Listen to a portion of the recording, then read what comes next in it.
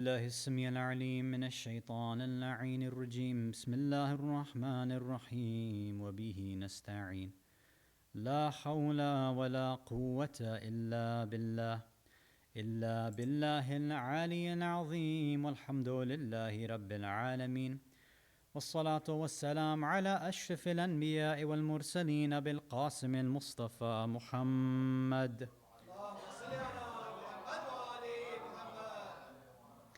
ثم الصلاة والسلام والتحية والإكرام على أهل بيته الطيبين الطاهرين المعصومين المظلومين ولعنة الله على أعدائهم أجمعين من الأولين والآخرين إلى قيام يوم الدين أما بعد صلوات على محمد وآل محمد Mu'mineen, mu'minat, brothers and sisters in Islam and Iman, Salamun alaykum wa rahmatullahi wa barakatuh. Alhamdulillah, it's an honor to be with this community once again.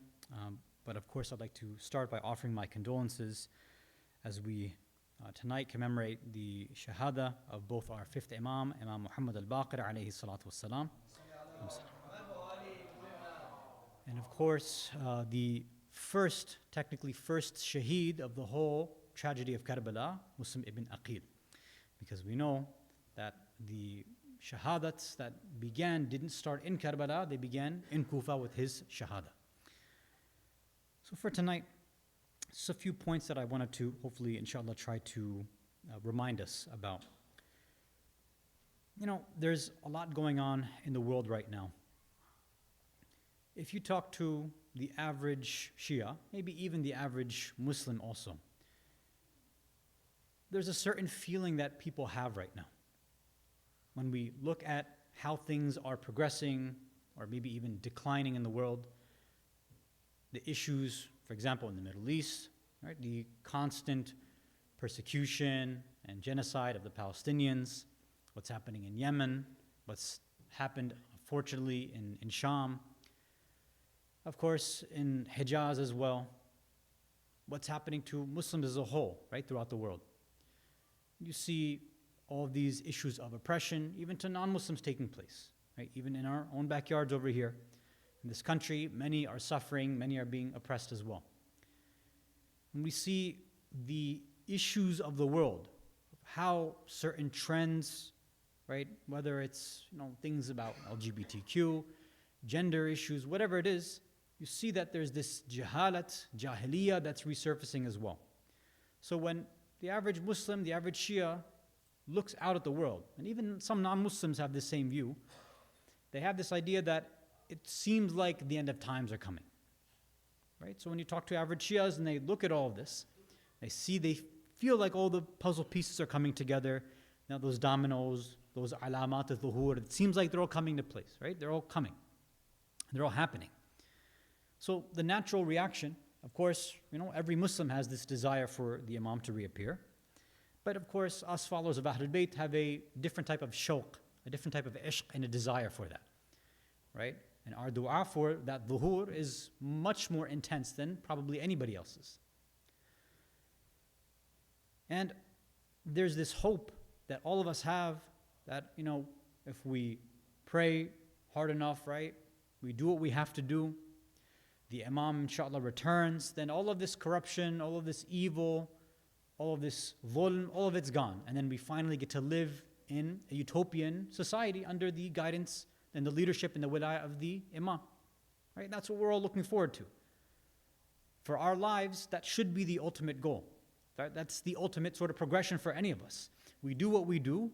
We make our dua, we do our ibadat, we go about our lives in the dunya. We do all of this in the hopes that maybe me, maybe my kids or grandkids, somebody will be alive for this Imam to come back and finally lead us into victory.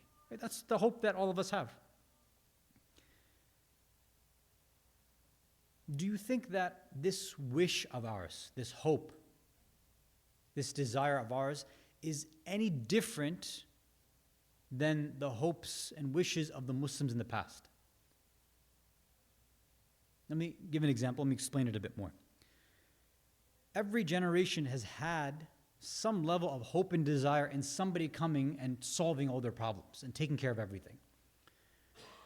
For example, even if we don't want to even consider the Muslims, think about the Jews that existed in Arabia, right? At the time before Islam came. What were they waiting for? They were waiting for a savior too, right? They were waiting for Rasulullah sallallahu alaihi wasallam. It was foretold that somebody would come and take care of them and save them. Of course, they rejected him, but they were waiting for somebody, and they assumed that, okay, once this person comes, then all of our problems will be solved, we'll be safe, everything will be great. But of course, they betray, khiyana, right? And they're stubborn. The Muslims, of course, after Islam, right, is there, they think that, okay, once Rasulullah is here, now he's part of us, now that's it, we're living in a utopian society. And then you see quickly how that doesn't work out either. Even those who are waiting for Rasulullah to come visit them, see them, teach them, they turn their backs very quickly as well.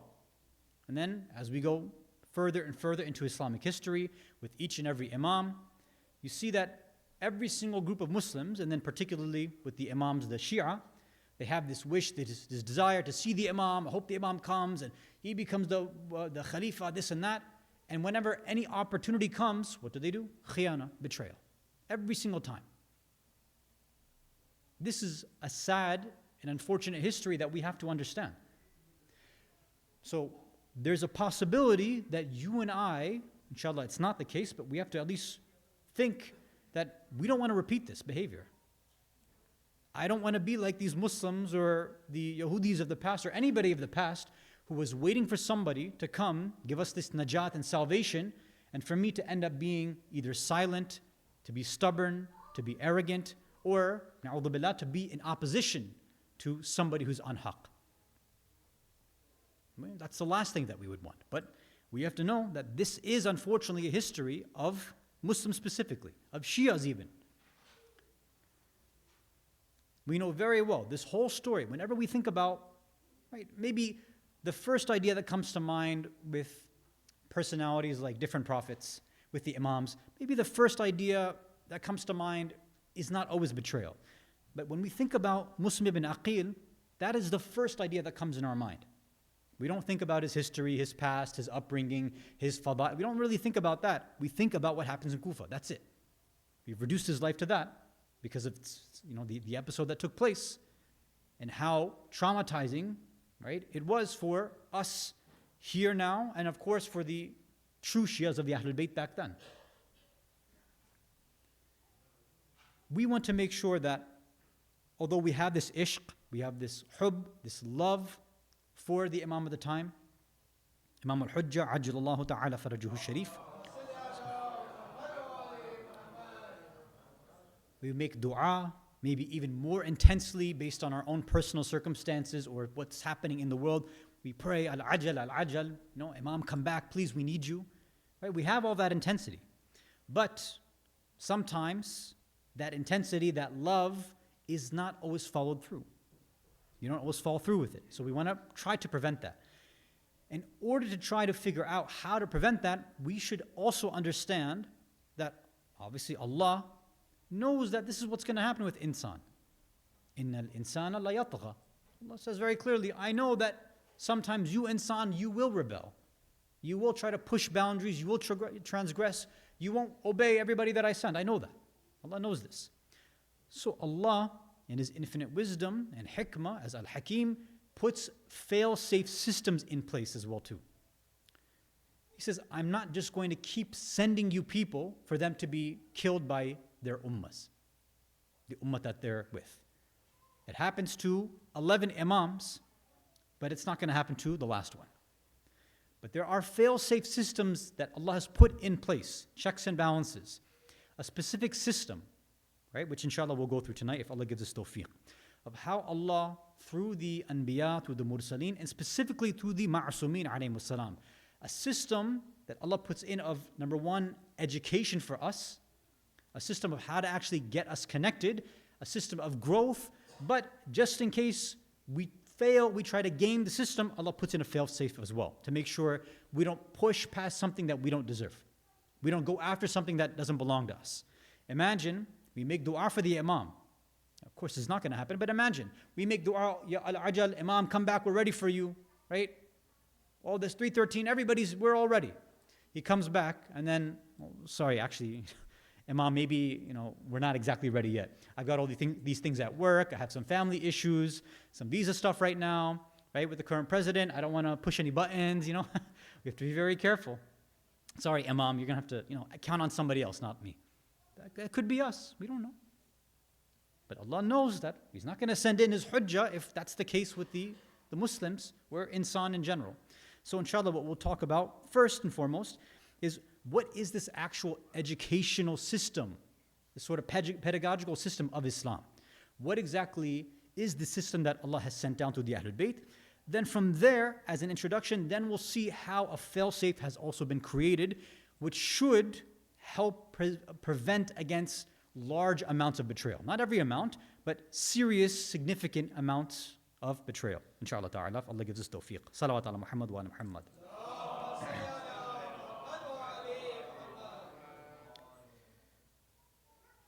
Any system of instruction, any place of education, any class, all has the same basic format, right? Anytime a teacher comes in, the same basic stuff is going to happen. No matter whether we're talking about, preschool, grade school, early on, elementary, middle, high school, or even in college, it's basically the same generalized format, right? There's kind of 3 steps that happen. The first is what is your intro step. Teacher comes in, right? First day of class, and there's introductory things happening. The teacher, the professor introduces themselves, right? This is my name. Maybe they give you their background. This is where I studied or whatever it is. These are my interests sometimes, icebreakers, things like that. Then they'll say, okay, this is what the course is. This is the class. And this is what we're going to discuss. These are the topics that we'll go through. Here's the syllabus, for example. And maybe they'll even say, there's a goal and purpose for this class as well, right? This is what we hope the students of this class or the attendees of this seminar or workshop, this is what they should achieve at the end of this. And then maybe they explain their method as well too. Right? Anytime, that's pretty much what's going to happen, right? Once that's done, right, that intro phase is done, then you move on to the real meat of things, which is what? The Aqeel, now the actual instruction. Now that I've introduced things, I can actually teach you, right? Let me show you that here's all the problems that exist in this discipline or this field, this science, this knowledge, whatever, and let me show you how to solve it. Here are some of the tools that are used. Let me explain to you these tools, the methods, the methodologies, and let me show you how to use them. And I'll be with you as a teacher, a professor, side by side, hand in hand. I'll tell you about them, I'll help you grow, and I'll make sure I'm present with you so that you can learn how to use them on your own as well too. Right? Somebody basically explains early on, explaining numbers, explaining how to do operations, addition, subtraction, multiplication. Then, okay, let me, you're having trouble, let me help you out. And the whole point is that I want you to be able to do this on your own afterwards, right? That's the whole point of these things, of anything that we learn. So that instruction is with the teacher present. They're there to help out and assist. That's the second, right? The main phase. Then the final phase. Like, okay, we introduced everything. We gave you the instruction. Everything's been taught. All the tools, method, everything's been given to you. And as the teacher, the professor, they were there in our presence. Now I'm going to remain silent. Now the teacher might be there, but won't say anything. Or they may not even actually be present. They might have to step away because now you get an exam, you get a test. All those things that we had gone through, all this instruction, all this education, all this information, let's see if you actually understood any of it or not. That's how you have to test somebody. Right? Everybody, you have to do that. I gave you the tools. I showed you the methods. Now let's see if you can actually, put it into practice yourself. And I taught you it before, so I'm not here to walk with you hand in hand anymore. So I have to step away. I have to step away, whether it's even outside of the room or just the teacher sitting there and just being silent the whole time. I've explained what I had to explain already throughout the class, throughout the year. Now you have to solve everything on your own. Right? That's it. Now if you pass, or the class passes, or the individual passes, okay, guess what? That means you can go forward now. Right? You passed pre-algebra, now go to algebra. Right? You do algebra 1, go to algebra 2. Right? And you keep going until you get to annoying calculus, right? Or like we had to do. And you keep going because same thing that happens, then you start the new one. What happens? It repeats it over again. Let's introduce everything. We'll teach you, and then exam, test. And then if you get that, okay, you can go forward as well too, and keep on doing that over and over again. That same exact system exists in Islam as well too. This is the same exact methodology that was implemented by the Ma'asumeen, by the Ahlul Bayt, alayhimu salatu wassalam. Let me explain. If you can recite, as-salawat ala Muhammad wa ala Muhammad.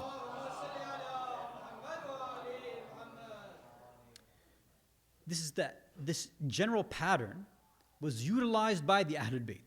Now, we can speak about Rasulullah separately. In this thing, I'm using the Imams, right, just to kind of further this point. So to try to understand the system, understand that the job of the Imams, right, is obviously to connect people to Allah, but they're connecting them through nubuwah, right? They're obviously always redirecting people back to Rasulullah. That's the idea, right? To Tawheed, how do you get to Tawheed? It's through nubuwah, through Risala, and that's what the Ahlul Bayt have been sent for to do. All the Imams, that's their job. So that's what they're trying to make sure, that deen of Muhammad, the deen of Allah, is being taught to people. So, if you take these 12 Imams, split them up into three equal timelines or parts. So each section now you get 4 Imams there, right? The first, second, third, and fourth Imams. What was their main objective?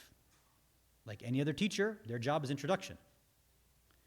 Because Muslims had fallen off, well, we're going to have to reintroduce you then. Because you didn't pass that initial test. We already learned after Saqifa, you guys didn't learn. So we have to reintroduce you now. We have to take you back to the beginning. Let us reintroduce you to Allah. Let us reintroduce you to Tawheed. And let us reintroduce you to this whole concept of Islam and how this comes about and the tools that you need. And what are the tools? The tools are us, Ahlul Bayt. It's wilayah. That's the tools that you need to actually get to Allah and get to Rasulullah. Otherwise, you won't get to Islam. You won't get to the Quran. You won't get to any of these things. So all of these things have to be reintroduced. So you see, that's why in these many of the, or not, if not most of the riwayat of the first 4 Imams, it's what? It's mentioning the concepts of wilayah, teaching them again about Tawheed again, reconnecting them back to Rasulullah, like all these ideas. That's what they're doing. They're teaching them this idea of wilayah, like this is the method that, and this is the tool.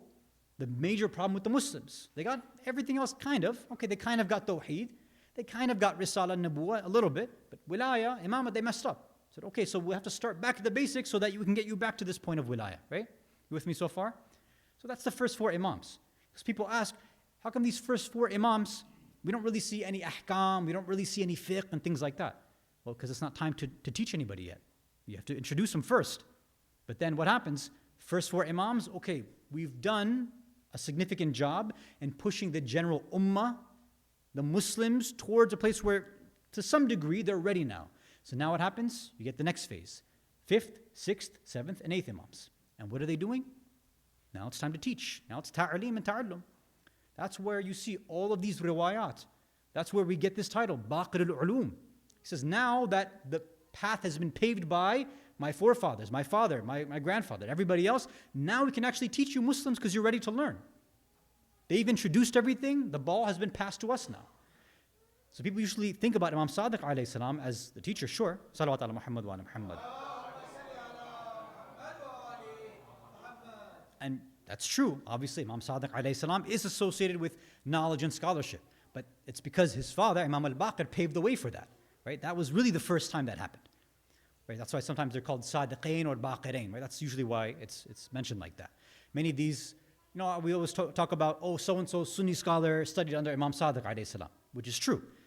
Many of them also studied with Imam Baqir alayhi salam. So we leave out that part, but that's where these things start. So many of these riwayat about ahkam and fiqh and tafsir of Quran, all these things are coming from where? 5th and 6th. And then it continues with the 7th and the 8th Imams, spreading all throughout the Muslim lands. They've been introduced by the first 4 Imams, so now we can teach you something. And again, they're not focusing on just teaching their own pockets of students, which they do privately, right, the Shias. But no, the general Muslim ummah, we have to teach them something. And that's what they're doing, right? So that's the next thing. And the whole point is what? Is now that the usul ad-din have basically been given to the ummah in the first 4 Imams, now we can move on to the furu' ad-din. You can't get to furu' without usul, right? You can't teach somebody about salah and namaz if they don't even know the Allah that they're praying to. What's the point? It won't make sense. A lot of people have this issue where, like, oh, my kids, they don't practice. They're not doing hijab, they won't pray, they don't this and that. Like, okay, the problem with furu is probably in usul. It's not like they don't understand what they're saying in salah. That's probably the case. But usually it's some fundamental issue that's there. That's probably the case for a lot of us too. We have issues with fiqh and ahkam and these issues, which, sure, but it's something about usul that I probably missed out on. Right? So it's good to keep that in mind. So now, we went through the first phase, the introduction, first 4 imams. The next 4, 5, 6, 7, 8, now they've been able to teach. Now you've got the final 4 imams, right? 9, 10, 11, 12. Introduction's been done. The ta'allum, education's been done. Okay, Muslims, we've given you everything. Now what are you supposed to do? It's time to put you to the test. We gave you the methodology. We gave you the tools. We taught you about everything you needed to know. Now let's see what you can do. And this is where what? That before, in the instruction phase, the teacher's there with you, right? The teacher's present, showing you everything. What happens then when it comes to exam time, when you have to be tested? The teacher's not there anymore. So what does this final phase cause in our terminology? When somebody's not present anymore? Ghaiba. We always think about the 12th Imam in ghaiba. No, 9, 10, 11, 12, they're all in ghaiba. Do you think that they were around their Shia or the Muslim Ummah? They weren't. They were kept under house arrest. They were watched constantly. People ask, it's not the time for it, but usually around the time of the Shahadat of our 11th Imam, Imam al-Askari alayhi salatu wassalam. If you notice, most, ulama, most speakers, they don't really recite masaib, right? They'll usually mention just a few very vague points and then they jumped and they talk about Karbala. That's typically what happens.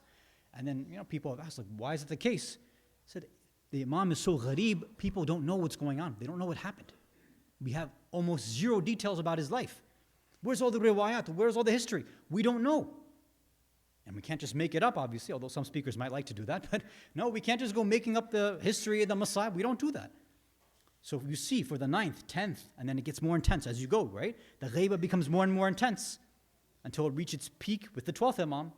But even there, it's 2 stages. It's not just full-on ghaiba at the beginning. It's ghaibatul sughra and then kubra. So stage by stage progression. Let's slowly remove the teachers away from you to see if you Muslims, or specifically you Shias, can handle yourselves. We've given you this tool of wilaya. Are you going to utilize it or not? Right? There's a lot more details that I'm skipping over. Again, this is just an introductory point to get us to what we want to discuss as we connect these points here. Right? This idea, right? The Imams were working tirelessly, training, teaching, doing all of this, and said, okay, now we're going to step back. Let's see what you're capable of. And you see, unfortunately, that they failed. Every step of the way, they failed. You all know the history, that in nearly every situation, but especially around the 9th, 10th, 11th Imam, all these random other groups starts to form amongst the Shias, right? Waqifiyya and this and that, and this person's the Imam, and now Imamat is gone, or this Imam's the Mahdi. They got confused. This person can't be the Imam, they're too dark, right? These random ideas start coming up out of nowhere. It should have been very, very simple for them, but it wasn't. So Shias got very confused, and there was a reason for it, right? And we'll explain it in a minute.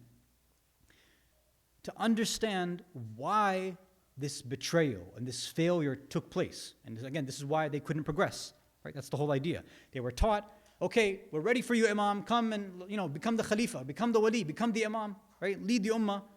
And they said, okay, let's go through the test. The test came and they failed. So you don't deserve to have an Imam as your Khalifa and your leader. You deserve the Umayyads and the Abbasids because you haven't passed the test. That's what you get. Right? We have this in our riwayat as well. These false leaders that exist all throughout the world, they're a product of what? Of the Ummah that allows them to get in there in the first place. Right? Allah says, you individuals in these countries, the dhulm that's there, these zalimeen that you have put there, you have put them there. Through silence, through apathy, through being involved in the dunya, through all these different reasons, right? There's one specific piece of this, right? This final piece, this final sort of test, which kind of binds and ties all of this together, which will give us that clue and help us tie into the point of a practical advice for all of us, which will show us how this same method was used from the beginning of Islam, and all throughout, but we'll start with the beginning, to show you that, yes, it was used successfully as well too. And that gives us an idea of how we should understand this final piece, this final tool and final test. So let us go back to the first instance of this, to Rasulullah sallallahu alayhi wa alihi wa sallam.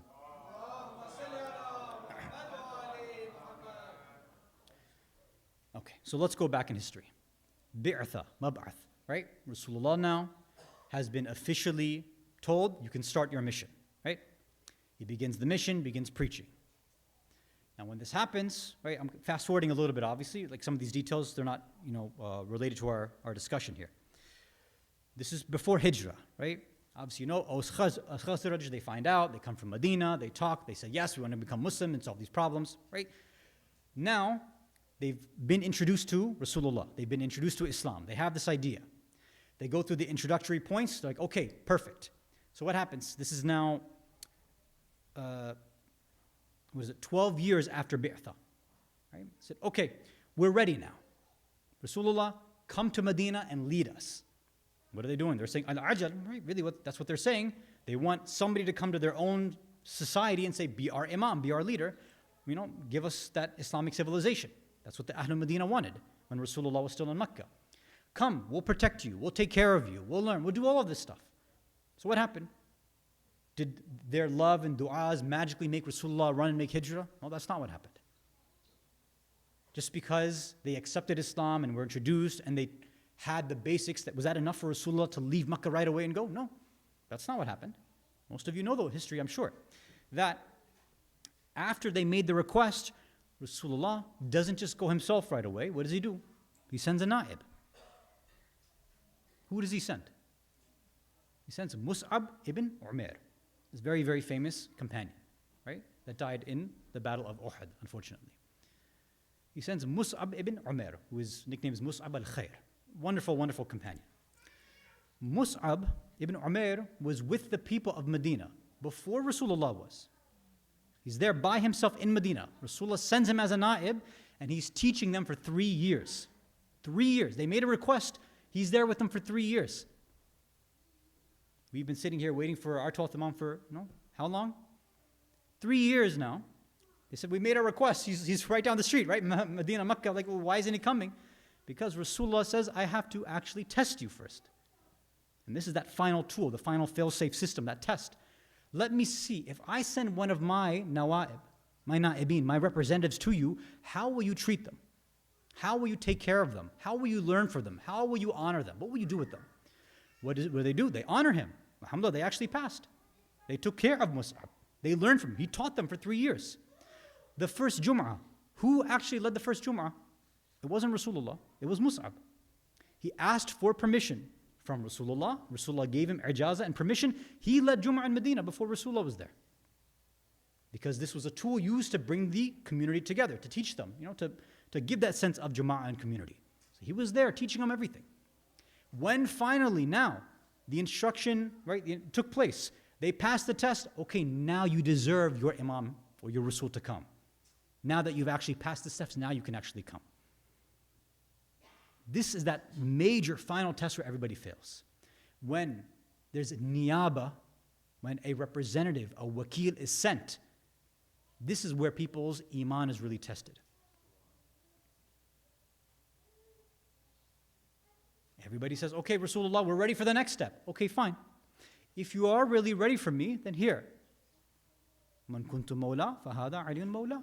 Okay, simple. This is my na'ib. And it wasn't just, obviously, we all know better, not just at Ghadir, it was multiple times. Every single time, they said, we're ready for more. Okay, fine, then listen to Ali. No thanks. Okay, we'll try again. Okay, in this battle, I need you to listen to Ali. No thanks. Okay, we'll try again. Over and over, and it got to a point where most of you know the history better than me. They didn't just reject Imam Ali alayhi salam, they rejected Rasulullah outright too. We're not going to go to this battle. We don't want to do this. We don't want to do that. So this idea of betrayal became so bad that, forget Imam Ali, we're not even going to listen to you, Rasulullah. Right? This is how bad the Muslims were at this point. But this is that final sort of point where you see what is that major test, what will actually show us if we are ready to answer that call and we are worthy enough for our imam or any representative of Allah to actually come and guide us, to lead us, to bring us that happiness and sa'ada that we are all looking for. It's this test of niyaba, of wikala. Or, in other words, it's wilaya at the end of the day, isn't it? That's all it is. Yes, we don't use the word wali for Mus'ab ibn Umair, but he was. He said, look, I'm sending Mus'ab ibn Umair to Medina, so he has a sense of wilaya over the people of Medina, doesn't he? So that was a test of wilaya.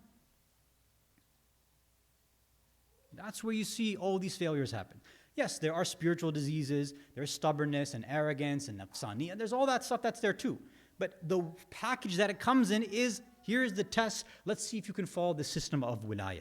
Can you follow authority? If it's not the direct one that you claim to love. That person sends somebody. What are you going to do with them? And it should be obvious what the point is that we're trying to make. Is that same system is utilized by every single personality, right? Post Saqifa, Amir al-Mu'mineen, Ali ibn Abi Talib alayhi salatu wassalam. Right after Saqifa, what do some of these so-called Shias followers come and say? Ya Ali, Ya Abul Hasan, we're ready. We'll fight for your khilafah. We're going to go and fight them. He says, okay, fine. Shave your heads. Meet me at the masjid, right? Fajr time. How many people showed up? They all talked. None of them showed up. Right? And we have different riwayat. Some say, he said, if even 10 showed up, he would have fought for his haqq and his khilafah. But he said, and some riwayat we said maybe 3, 4, 5 people showed up. That's it. Where all these individuals came, they talked a big game. But when it came time to it, oh no, sorry, can't do it. So, okay, we gave you the test of wilaya, you didn't pass. So, Imam Ali said, I'll take a step back, no problem. And every single generation, every single Imam, you see the same thing happening with Imam Hasan alayhi salam, testing his followers the exact same way until he just can't trust them anymore. His own soldiers are stabbing him, taking the musalla away from him, trying to assassinate him. Betrayal. And then finally we come to Imam Hussein alayhi salatu wasalam. All these thousands and thousands and thousands of letters are being sent. Do we think the Imam is a fool that, oh, they called me, I'm going to go rush to Kufa now? No. He says, I'm going to follow the same sunnah, the same seerah of my brother, of my father, and of my grandfather. The same system, the same way to test these people of Kufa. Imam knows the history. He says, I know that these are people, they're ahl khiyana. This is these same words of, khiyana, betrayal. These are the same words when the Ahl Haram, when they come, right after Karbala, when they come back to, when they're in Kufa, when Sayyid Zainab alayhi salam, when Imam Sajjad alayhi salam, when Kulthum, when they're all giving khutbahs, they all say the exact same things. We knew you were people of khiyana. You've always been like this. And that's why they were so harsh with them. Said, you wrote these letters and this is how you treated the Imam. So the Imam knows this. And Muslim ibn Aqeel knew it too. He says, why would you bother with this? We know what they've done, right, to our Mawla Ali. We know what they did to Imam Hasan. Why are you listening to their letters? He says, I'm not just going to listen, but I have to send somebody to check it out. My job as an Imam, the hujjah is that they've asked, I have to test them. They're claiming that they're ready, so I have to examine them. That's the way it works. They think they're ready, fine, we'll give them the test. And it's unfortunate, but Muslim ibn Aqeel was the instrument of that test, that imtihan.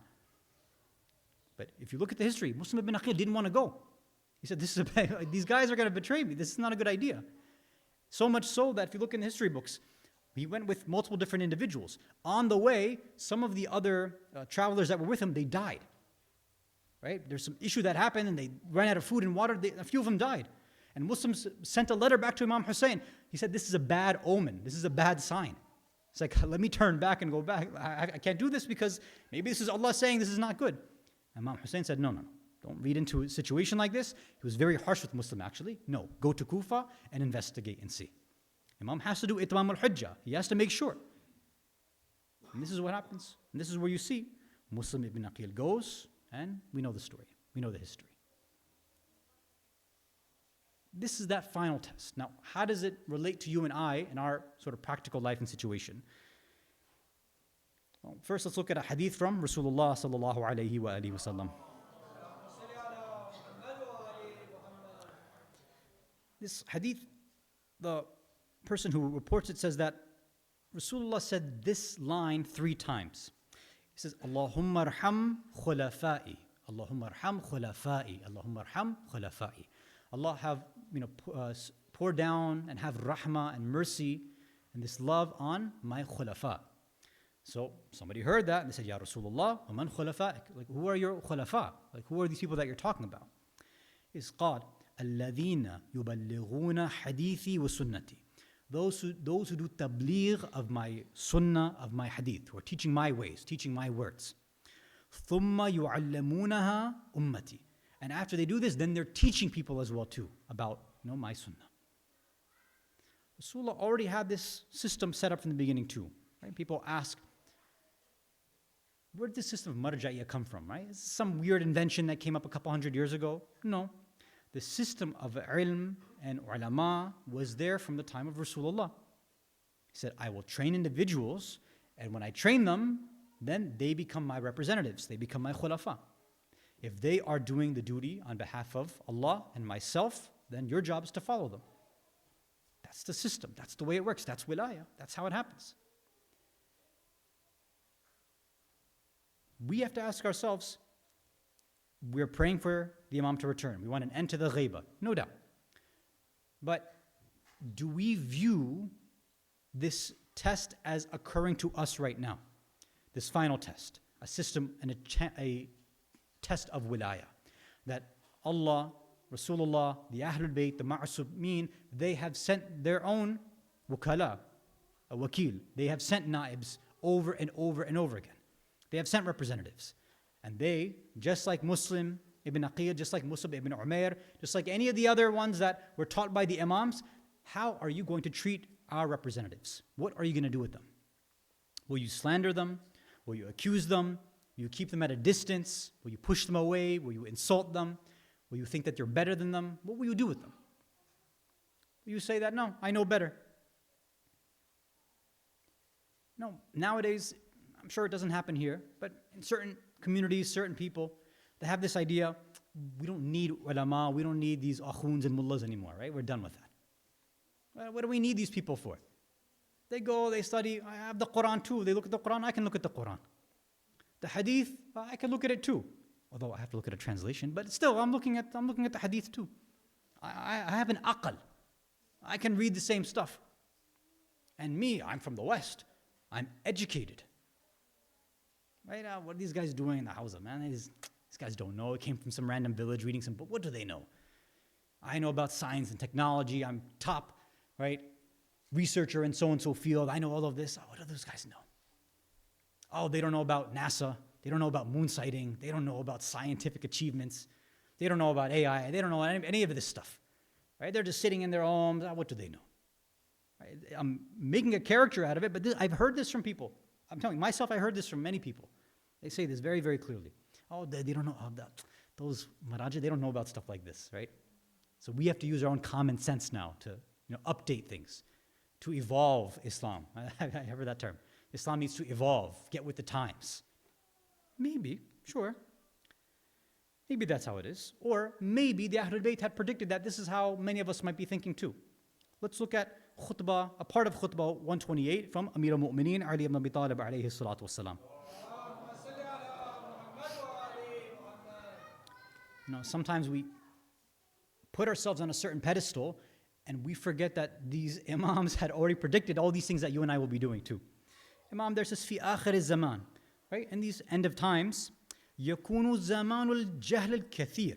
So in this whole span of the end of times, there's going to be a specific time where there's going to be this intense, a lot of jahalat. There's going to be a lot of ignorance happening.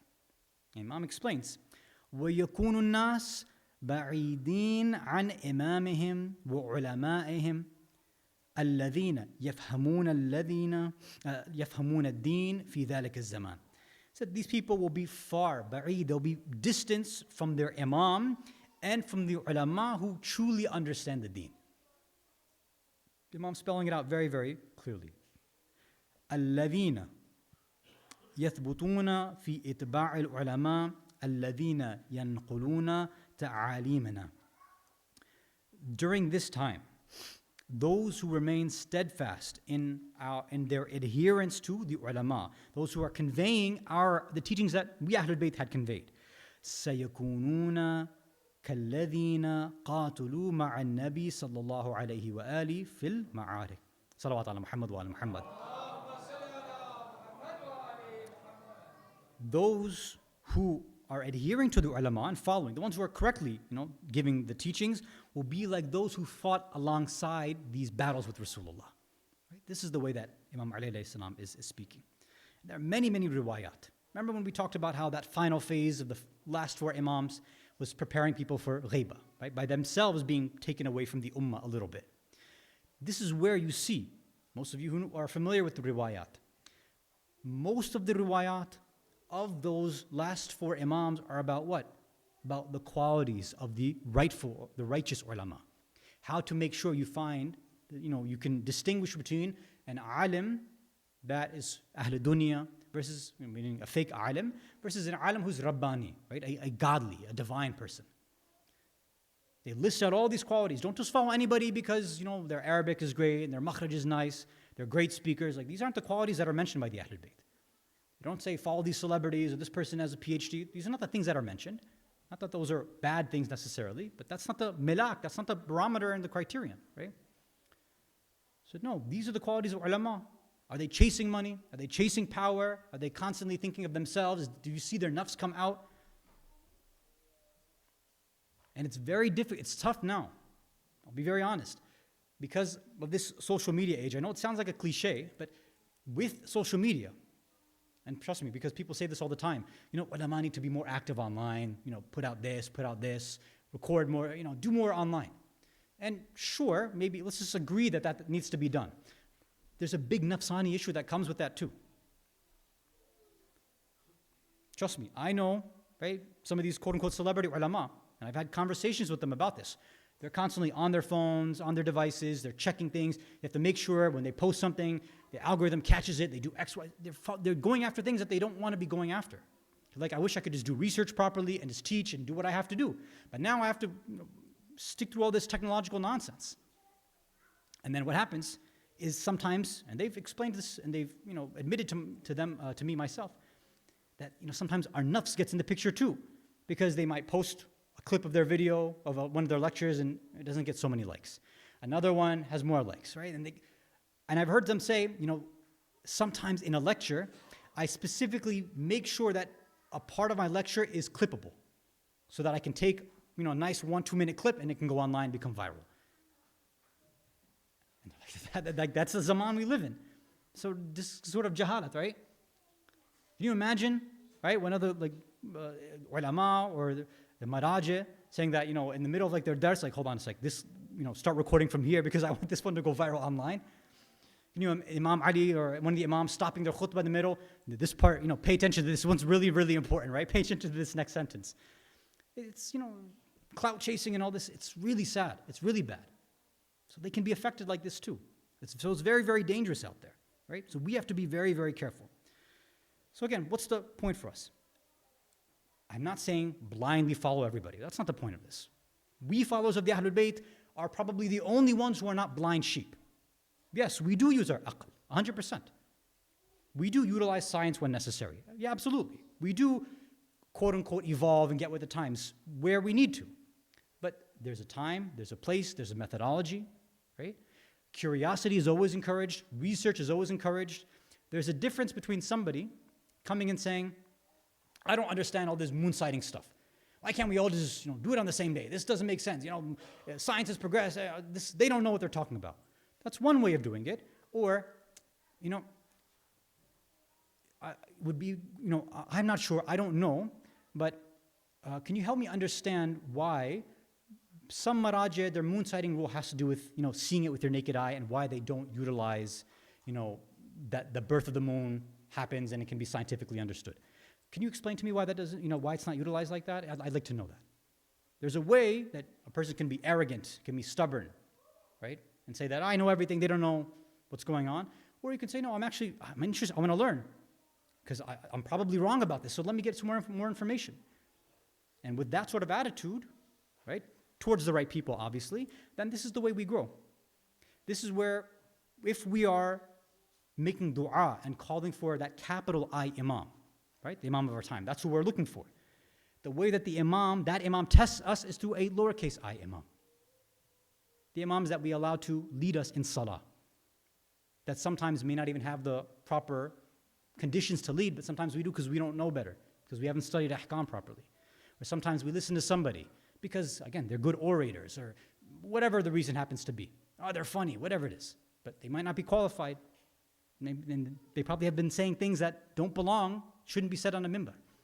So we have to double check and see what is our relationship with these representatives of Allah, of Rasulullah, of the Ahlul Bayt. What is my relationship? And it's possible, and we have to be honest, because maybe some of us, as we were growing up, we didn't have the best relationship with ulama, with mawlanas and akhuns and mullahs, because somebody was rude. I had these, I think I might have said it last time I was here. I've had, when I was younger, right, these, I would call them pseudo-scholars, zakirin and things like that, right? Just, they're very arrogant. Oh, they just push me aside. They wouldn't let me ask questions. I could see, they're being rude to people. Sometimes the behavior of fake, bad ulama leaves a bad taste in our mouth. So I can empathize with that. But let's not paint a broad brush here, right? Let's not throw all of them under the bus. They are definitely susceptible to corruption, without a doubt. But our job then is to weed through and go filter through all of this and actually find these rightful ulama based on the criteria and the sharaa'it that have been passed down by the Ahlul Bayt alayhi salatu wasalam. Salawat ala Muhammad wa ala Muhammad.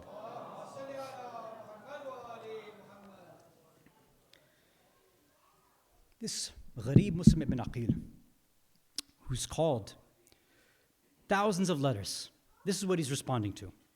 And initially, what happens? When he sees it, people are with him. They support him. They say, we're with you. They take their swords. They're out in the streets. They're in front of the palace of Ibn Ziyad. They're ready. So what does Muslim do? He's surprised now. So he sends a letter to his Mawla. He says, yes, what they have said is true. Their hearts are with us. They're with us. Come, hurry. They're primed. They're ready for this. But unfortunately, I think maybe he didn't fully understand the nature, but Allah in His divine wisdom knows why this had to take place. All these individuals with Muslim. And then finally, when the movement, this inqilab, should take place and start, that propaganda of Ibn Ziyad begins to take root in people's hearts. Muslim now, he knows people are dropping off, and they're slowly dwindling away. People are spreading rumors. People are getting scared. Some people are getting jailed, under house arrest. Muslims in the masjid. Masjid is full. Maghrib time, everybody's there. And he's thinking, yes, this is time now. We're going to, fight and get rid of Ibn Ziyad and make way for my Mawla to come. Leads the salah. After Maghrib, he sees behind him, people have left. It's getting less and less now. And then according to some riwayat, after Isha, Allahu Akbar, Allahu Akbar, Allahu Akbar, turns around and not a single person's behind him. What a gharib individual Muslim ibn Aqeel is. It's now late at night. He is not Ahl Kufa. He's not from there. He doesn't know the alleys. He doesn't know the streets. He knows that Ibn Ziyad, the soldiers are all looking for him. Now he knows that there's zero supporters for him. Can you imagine? That we were invited somewhere. Imagine what would happen to you and I. We get invited to somebody's house, and after we get invited, we ring the doorbell, and they say, no, we don't want to see you anymore. Go home. Muslim doesn't even know how to get home anymore. He's turned away by everybody. He wanders the streets until he finally is tired. He sits down and he lays his back on a wall. And this kind lady comes out named Tho'a. She asks about his situation. He asks for a glass of water. She gives him a glass of water. He drinks it, but he still stays there. And she can see the despair on his face. He says, what else do you need? He says, I'm a gharib over here. I don't know what to do. I'm away from my home. I have nothing here. I have no one else here. She said, who are you? She says, I've been sent by my Mawla Hussein. She says, I am one of his followers as well too. So she kept him in the house. She said, but she warned him, beware, my son is not from amongst us. She's not one of the followers of Imam Hussein. But unfortunately, the son does come to find out. And we see now that he comes back with soldiers after he informs Ibn Ziyad. They say that initially 300 soldiers are coming out to get Muslim ibn Aqeel. Muslim ibn Aqeel begins fighting with them one by one. This is somebody who's Bani Hashim. He begins knocking out and destroying and killing these soldiers one by one. Then they send for more reinforcements. And they come, and finally he is subdued. He is struck multiple times, and finally he says, okay, fine. If you can guarantee me protection, then fine, let's go forward. He's brought now to the palace of Ibn Ziyad, and now he makes his final wishes before he is to be executed. Although he was promised safety, they go back on their word and they say, no, we will execute you. But he asks for his final wishes to be fulfilled. He says, first, as I've been here in Kufa, I've collected many, many debts. I've borrowed money from many people, pay back my loans, pay back what I've taken from people. And they agree to this. The second, he says, is that I've been very, very thirsty. I'm very, very thirsty. If you can give me some water, then that would help me too. So they bring him a small bowl of water. And as he tries to take this sip of water, a drop of blood goes into this bowl of water. And now that this bowl of water is najis, he cannot drink this anymore. You see that when he was struck on the mouth. So this blood was coming down from his lip. So he had to get rid of this. They say another bowl was brought to him. Another drop of blood comes there. He takes it away. It's taken away. Finally, when another final bowl comes there, it's not just a drop of blood. They say a tooth came out from his mouth and fell into this. And he realized that no, Allah does not want me to come to Him while I have quenched my thirst. For some reason, He doesn't know. But we know that, Ya Muslim ibn Aqeel, Allah wants you to come back to Him in the same way that Hussein will come back to Him. He wants you to have Shahadat the same way Abbas comes back to Allah. He wants you to have Shahadat the same way Akbar and Qasim and Aun and Muhammad and even Ali al-Asghar, all of them, you will go and have Shahadat the exact same way, even though you're not present in Karbala with them. So this bowl is taken away from him as well too. And finally, he makes his most important request. He says that I've sent a letter to my Mawla Hussein to tell them that he should come here because there are followers and supporters and that he'll be taken care of here. But I don't want to do khiyana of my Mawla Hussein. Let me write a letter to him and tell him that don't come to Kufa. These people will betray you. They are not the people that I thought they were. Mawla, I made a big mistake. And they said, no, we will never let you talk to your Mawla like this. We will never let this communication come. He is then taken to the rooftop there where they begin his execution. And he says, my final request is let me recite my 2 rak'ah salah before I go, and let me send a final salam to my Mawla. They say that he turns to the direction of where he thinks the Imam would be coming now from Makkah and says, Assalamu alayka ya Aba Abdullah. Assalamu alayka ya Ibn Rasulullah. Imagine Muslim asking for forgiveness. Forgive me that I am bringing you to your Shahadat over. And they say in riwayat that at this point Imam Hussein received wahi when Muslim became shaheed. He received wahi that Muslim had become shaheed. No letter had come to him, it was wahi. And at this point he became overcome with grief and began crying. But he had to hold back his tears. He went to the daughter of Muslim that was along with them in their caravan. He began caressing her head very, very gently and trying to hold his composure. But this daughter of Muslim was somebody with ma'rifah. He says, Ya Mawla, why are you caressing my head as if I become يتيم لعنة الله على قوم الظالمين وسيعلم الذين ظلموا أي منقلب ينقلبون إنا لله وإنا إليه راجعون رضا بقضائه وتسليما لأمره. معتم حسين.